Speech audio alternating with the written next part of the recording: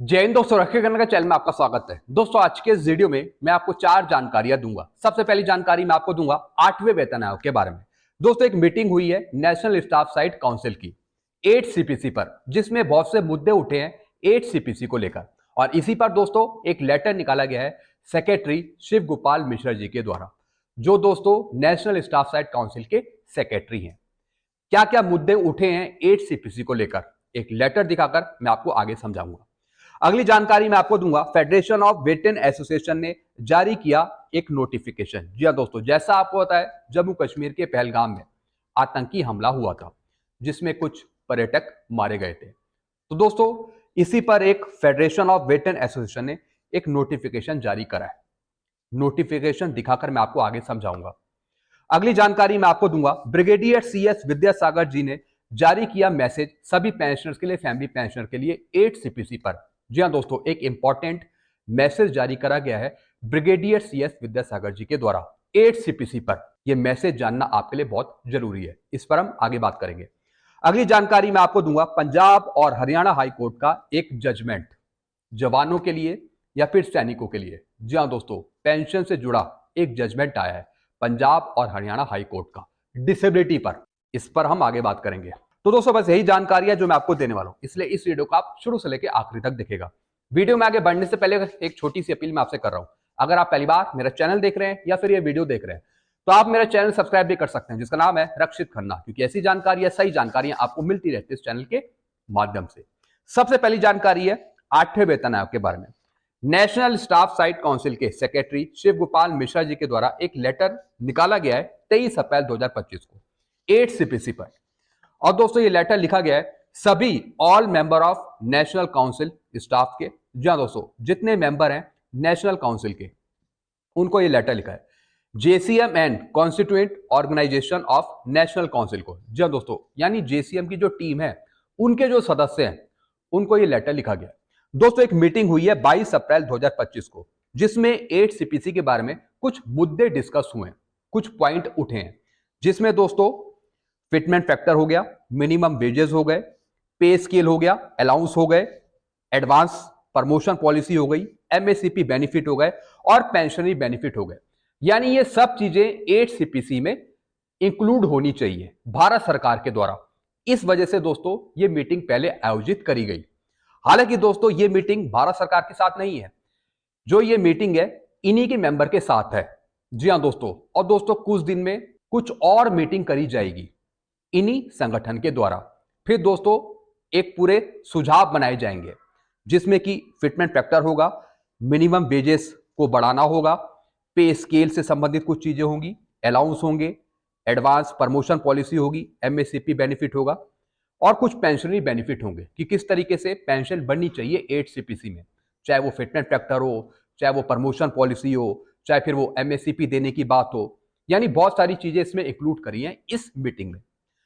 अब दोस्तों इसमें कुछ टीम्स के मेंबर्स हैं, कुछ ऑर्गेनाइजेशन के मेंबर्स हैं जो आगे पार्टिसिपेंट रहेंगे। जी हाँ दोस्तों, अभी आगे और मीटिंग होगी और दोस्तों इस पर कुछ मेमोरेंडम मांगा है। जी हाँ दोस्तों, कॉमन मेमोरेंडम मांगा है कुछ सदस्यों से। और दोस्तों कुछ सदस्य इसमें पहले के भी हैं और आगे भी जुड़ेंगे। अब दोस्तों जो ये कॉमन मेमोरेंडम मांगा है ऑर्गेनाइजेशन से, ये देने की दोस्तों लास्ट तारीख है 20 मई 2025। जी हाँ दोस्तों, इससे पहले भी कुछ मीटिंग आयोजित होगी जिसमें 8 सीपीसी के कुछ सुझाव रखे जाएंगे, कुछ कॉमन मेमोरेंडम रखे जाएंगे और दोस्तों पूरे कॉमन मेमोरेंडम बना के फिर आगे चलकर भारत सरकार के सामने रखे जाएंगे, ताकि 8 सीपीसी में जितनी भी मांगे हैं वो पूरी हो पाए, पेंशनर की या फिर सरकारी कर्मचारियों की।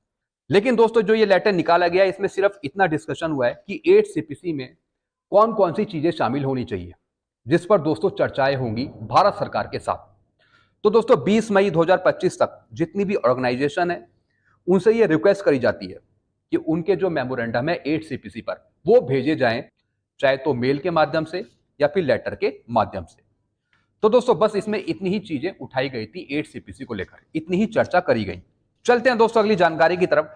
फेडरेशन ऑफ वेटरन एसोसिएशन ने जारी किया नोटिफिकेशन। जी हाँ दोस्तों, फेडरेशन ऑफ वेटरन एसोसिएशन ने एक नोटिफिकेशन जारी किया जिसमें लिखा है, हम दिनांक 22 अप्रैल 2025 को पहलगाम जम्मू कश्मीर में कायर पाकिस्तान समर्थित आतंकवादियों द्वारा किए गए नरसंहार से आक्रोशित है। जी हाँ दोस्तों, यानी दोस्तों जितने भी भारत के लोग हैं, जनता है, उनका गुस्सा फूट रहा है आतंकवादियों पर। और दोस्तों भारत सरकार से एक गुहार लगाई जाती है कि जल्द से जल्द जो आतंकवादी भाग खड़े हुए हैं उनको पकड़ा जाए, उनको मारा जाए, और साथ ही साथ भारत सरकार कठोर से कठोर कार्रवाई करे पाकिस्तान के खिलाफ। इसी पर दोस्तों 25 अप्रैल 2025 को एक रैली भी है, आक्रोश रैली है। तो वहां पर दोस्तों जवान सैनिक जा सकते हैं ताकि दोस्तों भारत सरकार इन सभी पर अंकुश लगा सके और अपनी कार्रवाई वो सुनिश्चित तरीके से कर सके। चलते हैं दोस्तों अगली जानकारी की तरफ। ब्रिगेडियर CS विद्यासागर जी ने जारी किया मैसेज 8वें वेतन आयोग के बारे में। जी दोस्तों, ब्रिगेडियर CS विद्यासागर जी ने एक मैसेज किया है 8 CPC पर, जिसमें इन्होंने लिखा है कि 8 CPC का फायदा सभी पेंशनर्स को, फैमिली पेंशनर्स को मिलेगा। जी हाँ दोस्तों, जो पेंशनर्स 31/12/2025 से पहले आएंगे उन सभी को 8 CPC का फायदा मिलेगा।